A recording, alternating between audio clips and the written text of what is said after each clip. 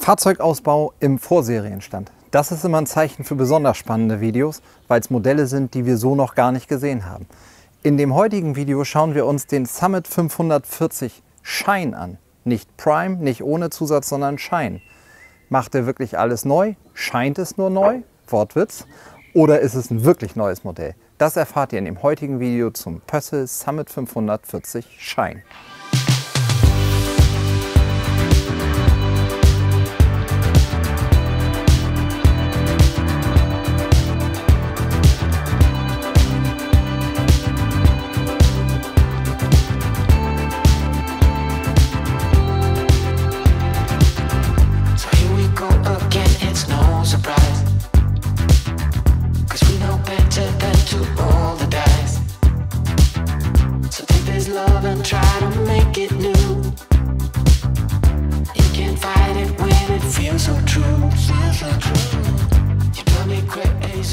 Ja, einen ersten Eindruck habt ihr jetzt schon gesehen und ich kann euch eins verraten, er macht auf jeden Fall wirklich viele Dinge anders, als es andere Fahrzeuge machen.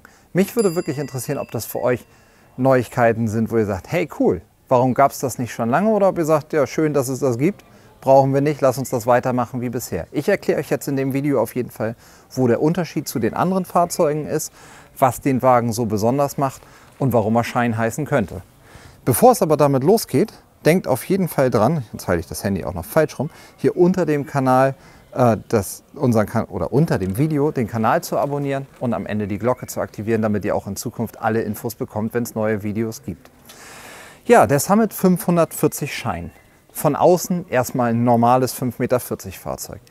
Im Modelljahr 22 wird er quasi nicht ein Einzelstück bleiben, aber ein einzelnes Modell. Also aus der Shine-Baureihe wird es nur den 540er geben, keine 6 Meter, keine 640. Es geht einfach darum, am Anfang ein paar Autos auch erstmal zu bauen und zu schauen, damit man sich jetzt nicht am Anfang in Grundrissen verzettelt.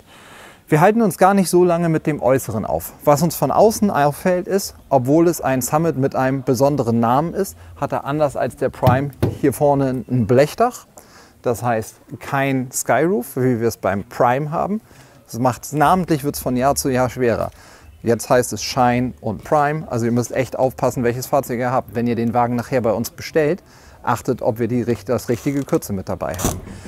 Grundpreis vom Shine wird im Modelljahr 22 ungefähr 40.500 Euro sein. Damit wird er sich ziemlich in der Mitte zwischen den normalen Summits mit dem Holzdekor und dem Summit Prime, das ist der Wagen mit dem Skyroof, einpendeln. Und das ist auch genau die Richtung, wo der Wagen reinstoßen soll. Er soll die Lücke zwischen den Fahrzeugen schließen. Und das macht er vor allem einmal mit dem Dach hier oben. Wir haben nämlich hier das Mittelding zwischen Skyroof und Fach. Wir haben ein rausnehmbares und klappbares Fach, das schauen wir uns gleich an.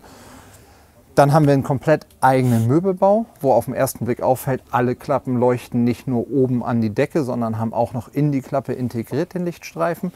Und das dritte, und das ist sicherlich das, und da interessiert mich wirklich euer Feedback am allermeisten. Wir haben hier die Option, wohlgemerkt ist es eine Option, also ihr könnt den Wagen auch mit einer ganz normalen Zweiersitzbank haben, die Option eines Einzelsitzes, um eben aus dem Shine einen scheinbar größeren Raum zu machen. Und er ist nicht nur scheinbar größer, sondern wenn ich ein guter Tänzer wäre, würde ich jetzt hier ein Tänzchen aufführen. Aber zum einen wackelt das Auto in meiner Gewichtsklasse dann zu viel, so dass Chris die Kamera nicht stillhalten kann, und zum anderen bin ich kein guter Tänzer.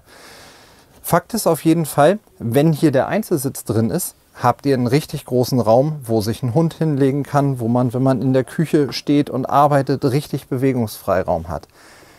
Wer sagt, Einzelsitz brauche ich nicht, kann den Wagen auch mit einer Zweiersitzbank bestellen. Und der Clou an beiden Lösungen, das muss man sich mal auf der Zunge zergehen lassen, ist, ihr könnt beide Lösungen, sowohl den Einzelsitz als auch die Zweiersitzbank, mit einem ausklappbaren Sitz bestellen. Heißt im Umkehrschluss, habe ich den Einzelsitz, kann ich mit einem Handgriff, wir verlinken euch jetzt mal oben in der Ecke ein Video zu einem Fahrzeug, wo wir diesen Zusatz drin haben. Nochmal langsam. Wir verlinken euch nochmal oben in der Ecke jetzt ein Video, wo wir den Einzelsitz drin haben. Und diesen Einzelsitz könnt ihr hier rausklappen. Dann macht ihr aus der Einzelbank eine Doppelbank. Und wenn ihr die Zweierbank habt, könnt ihr es auch bekommen. Das heißt, ihr hättet in diesem 5,40 Meter Wagen dann sogar einen Fünfsitzer. Ob man das bei 5,40 Meter braucht, ist noch eine andere Frage. Im Prinzip übernimmt der Shine ganz viele Dinge, die wir aus der Pössl-Welt schon kennen. Wir haben aus Vanstar und Campstar das Holz, was wir kennen, vor allem aus dem Campstar, also dem neuen Mercedes-Aufstelldachfahrzeug. Wir haben aus dem Summit 540 diesen super coolen Tisch, der hier an der Seite aufgehängt ist, wo man seitlich endlich mal einen 540er, wo man reinschlüpfen kann, an keinem Tischbein hängen bleibt, sondern hier einfach den freien Tisch hat. Und zum Beispiel mein Service-Mitarbeiter hat auch einen 540er Summit, den ganz normalen, und der sagt, das ist einfach eine großartige Lösung, dass kein Tischbein stört. Einziger kleiner Wermutstropfen ist, dass ein Tisch natürlich ein bisschen mehr Spiel hat, wenn er hier nicht unterstützt hat, aber selbst wenn ich mich mit viel Kraft drauf stütze, steht das relativ robust. Und wenn ich an einen anderen Tisch mit Beinen ranhau, kippen irgendwann die Gläser auch um. Dadurch habe ich aber einen gemütlichen Einstieg und ich muss ganz klar sagen, ist es ein Pilotensitz, ist es ein Einzelsitz? Ein Pilotensitz haben, glaube ich, Armlehnen. Die hat der hier nicht. Ich könnte mir hier vorstellen, eine lange Route drauf zu fahren, weil ich komfortabel hier sitze und einfach den großzügigen Einzelsitz für mich selber habe. Und ehrlicherweise in den meisten 540ern fährt doch hinten sowieso keiner mit. Wenn ich jetzt aber mir vorstelle, wir haben einen großen Schäferhund-Mischling, der würde hier noch liegen. Also ich habe keinen, nicht dass hier den Schäferhund-Mischling, den wir mal hatten, wenn der hier liegen würde, dann hätte der einen richtig schönen Platz und plötzlich kann ich im 540er eben auch mit großen Tieren wunderbar reisen. Also schreibt auf jeden Fall mal drunter, ob ihr das für eine gute Variante haltet oder nicht, oder ob ihr sagt, komm, nee, lieber, irgendwie finde ich die Optik total ungewohnt, weil das ist das, was Chris und ich hier gesagt haben. Es ist schon anders, wenn man reinkommt. Ich will das gar nicht werten, gut oder schlecht, aber es ist auf jeden Fall anders. Ja, ich stelle mich mal hin und nutze den Raum, um hier ein bisschen rumzugehen. Das, was wir kennen, ist die Aufteilung. Wir haben das Schwenkbad, da gucken wir gleich rein. Wir haben hier die Schränke. Was neu ist, ist einfach der Möbelbau. Wir haben hier so eine hellgraue Oberfläche. Ich weiß gar nicht, was das ist. Das ist auf jeden Fall mit einer richtig spürbaren Maserung. Hier unten das Holzdekor, so ähnlich wie wir es in den Prime-Modellen haben. Und was ich halt total cool finde, sind hier die beleuchteten Klappen, die mit hochgehen. In der Serie, wir haben jetzt hier ein Vorserienfahrzeug, das heißt, es ist noch nicht alles so, wie es nachher in der Serie kommen wird. In der Serie haben wir die Klappen, dass man hier hinter einfach normal mit entriegeln kann, wie wir es bei allen anderen Fahrzeugen auch kennen. Ganz normale Oberschränke, ich weiß gar nicht, wie die das hier mit dem Licht machen, ja doch, überall geht einfach ein kleines Kabel mit rein. Wenn das eine Lösung ist, die dauerhaft funktioniert, finde ich sie großartig. Wenn die Leute sich überlegen, was für ein Fahrzeug sie bei uns kaufen, dann ist oft die Diskussion, möchte ich einen Skyroof, möchte ich ein großes Fach, möchte ich es einfach nur offen haben, aber nicht so viel Licht von oben, damit es nicht so warm wird im Sommer.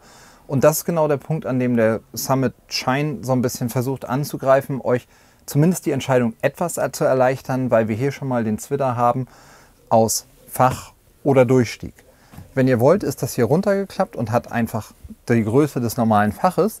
Alternativ, kann man das hier auf beiden Seiten einfach lösen und kann das Fach nehmen und hier auf der oberen Ebene, das ist alles in dem Prototyp noch ein bisschen, muss man ein bisschen gucken, wo es reinpasst, hier oben wieder einhaken und dann, ich setze mich mal als Referenzpunkt hier drunter, dann habt ihr hier oben einfach den Durchstieg, wie wir das aus anderen Fahrzeugen kennen, sodass ihr einfach beides benutzen könnt. Jetzt sind hier noch schöne Ablagen nachher drin. Wir haben die Lichter hier mit drin. Das ist insgesamt einfach ein großzügiges Sitzen und der Vorteil, wenn es hochgeklappt ist, halt, wenn man auf den Fahrersitz durchsteigt, braucht man sich nicht so zwischen den Sitzen durchschlängeln, sondern kann nahezu aufrecht auf seinen Fahrersitz steigen. Das, denke ich, ist eine ganz gute Variante. Insgesamt ist auch die Perspektive von vorne nach hinten einfach so, dass man sieht, hier ist richtig viel Raum. Wir haben den Küchenblock, der hier vorne die große Arbeitsfläche hat. Das muss in dem Fall auch so sein, weil er wie alle anderen Summit 45 den Kühlschrank hier auf der Stirnseite hat. Den haben wir ja schon ausgiebig gezeigt. Das ist ein Kompressorkühlschrank, den ihr sowohl von der Innenseite aufmachen könnt, als auch von außen, also auf beiden Seiten angeschlagenes Scharnier. Ich weiß nicht, wie oft ich das schon gesagt habe. Ich finde die Lösung auf jeden Fall großartig. Wir haben hier den Tisch mit dabei, den man dann auch zur Seite wegklappen kann. Da merkt man auch, dass die Handgriffe jetzt nach einem Jahr Summit 45 Auslieferung, oder sind schon, ich glaube, es sind sogar schon 2, sehr gut sitzen. Und passend zu dem kleinen Einzelsitz habt ihr jetzt hier auch die Möglichkeit für ein kleines Tischlein. Und so wird das Raumgefühl ja gleich nochmal 3 Nummern größer. Und da finde ich, ist das noch sinnvoller, den Einzelsitz zu haben. Wer sagt, Kleintisch finde ich super, aber ein bisschen mehr Schnibbelfläche brauche ich trotzdem. Kann hier auch den Küchenblock noch mal ein bisschen vergrößern, dass man da, wo Chris steht, jetzt einfach eine richtig schöne L-Küche hat, in der man kochen kann, schneiden kann, Abstellfläche hat. Oder eben auch, wenn man dort am Tisch sitzt, das Glas Wein, die Flasche dazu einfach zur Seite wegstellen kann. Wir tauschen jetzt mal die Plätze und dann schauen wir mal rein, wie das Schwenkbad hier im Schein aussieht und wie sich das Bett so aufteilt. Ups. Der Küchenblock ist übrigens genau der gleiche, den wir im normalen Summit 45 auch haben. Das heißt, wir haben hier die 2 Gasflammen, normales kleines Waschbecken und hier vorne Besteckschublade und darunter nochmal eine tiefere Schublade und eine etwas kleinere. Das haben wir ja schon mal in anderen Videos erklärt. Hier hinter ist die Technik zum Kühlschrank. Dadurch, dass wir vorne auf der Stirnseite den großen Kühlschrank haben, muss der Kompressor eben ein bisschen nach hinten ausgelagert werden. Gegenüber von der Küche haben wir die Nasszelle. Das ist wie bei allen anderen Summits auch das berühmte Schwenkbad. Und das ist der Grund, weshalb ihr einen Summit kauft. Es ist wahrscheinlich für euch ganz einfach zu sagen, Summit will ich haben oder nicht, weil entweder wollt ihr Schwenkbad oder ihr wollt das Schwenkbad nicht. Sich dann innerhalb der Summits, wo es ja jetzt echt viel Auswahl gibt mit dem Prime, dem normalen und dem hier sich für einen Typ zu entscheiden, ist schon viel, viel schwerer. Das Tolle an dem Schwenkbad ist eben, dass man eine Toilette auf der einen Seite hat und wenn ihr duschen wollt, das einfach rübergeklappt wird, die Toilette quasi versteckt ist und man dahinter eine richtig schöne Dusche hat. Der Nachteil eines Schwenkbades ist, dass natürlich, wenn ich eine große Wand habe, die schwenkt, nicht mehr unendlich viel Platz bleibt, um sich zu bewegen. Wenn man jetzt so ein zartes Rehlein ist wie ich und hier drin steht, dann passt das. Damit komme ich gut klar. Es wird noch ein bisschen größer, weil die Tür hier hinter mir wieder Raum frei gibt, wenn ich sie zugemacht habe. Aber es ist natürlich eng. Dafür habe ich aber keinen Vorhang, der sich anschmiegt.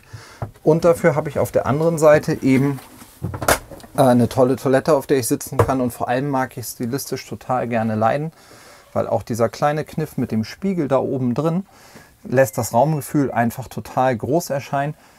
Nachteil des Schwenkbades ist, wir haben kein Fenster in der Außenwand, was schade ist. Dafür haben wir aber eine echte 40×40 Dachhaube oben drüber. Es ist ganz einfach. Schwenkbad ist Typfrage. Entweder ihr seid Feuer und Flamme und sagt, das ist die einzige Lösung, dann seid ihr hier richtig. Ansonsten gäbe es eben noch das Raumbad, was ihr im Trenta 45 und im Roadcamp R finden würdet. Oder die normale Nasszelle, die ihr bei Pössl vor allem dann in dem normalen Roadcamp findet. Oder zum Beispiel bei Westfalia im Amundsen 540 und Columbus 540. Das Schwenkbad insgesamt ist relativ quadratisch und relativ kompakt. Dadurch haben wir hier hinten auch ein vernünftiges Bett. Und ich gehe mal ganz kurz nach hinten, dann könnt ihr nämlich von hier schauen. Und wir schauen uns das einfach mal gemeinsam an. Und das Bett hinten ist dann wirklich so, dass ihr, guten Tag, hier einen ordentlichen Raum habt.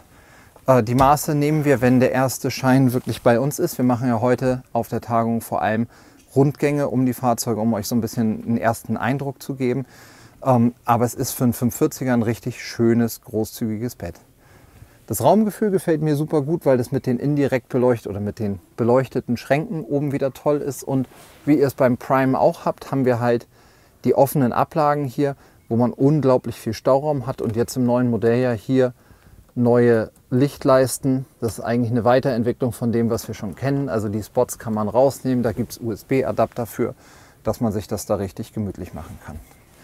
Man liegt hier teils auf Holz, teilweise auf dem Lattenrost. Das Ganze ist natürlich auch rausnehmbar, gerade wie es bei den 540ern oft so ein Multifunktionsfahrzeug ist. Ja, das ist der neue Pössl Summit 600 nicht, der neue Pössl Summit 540 Schein. Ich muss echt aufpassen, weil die Namen so nah beieinander sind. Neuer Möbelbau, vorne das flexible Dach, wahlweise Einzelsitz oder Doppelsitzbank, beleuchtete Schränke. Ist das ein Konzept, wo ihr sagt, hey cool, finde ich richtig gut, ist auf jeden Fall eine gute Ergänzung? Oder sagt ihr, ich bleibe beim Prime oder beim normalen Summit, die können alles, was sie können müssen? Das würde mich interessieren, schreibt das doch mal drunter.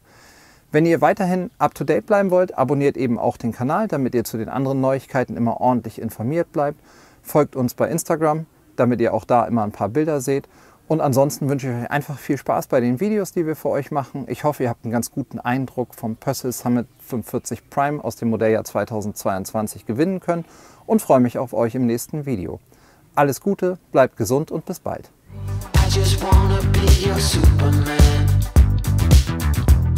Come fly with just take my hand.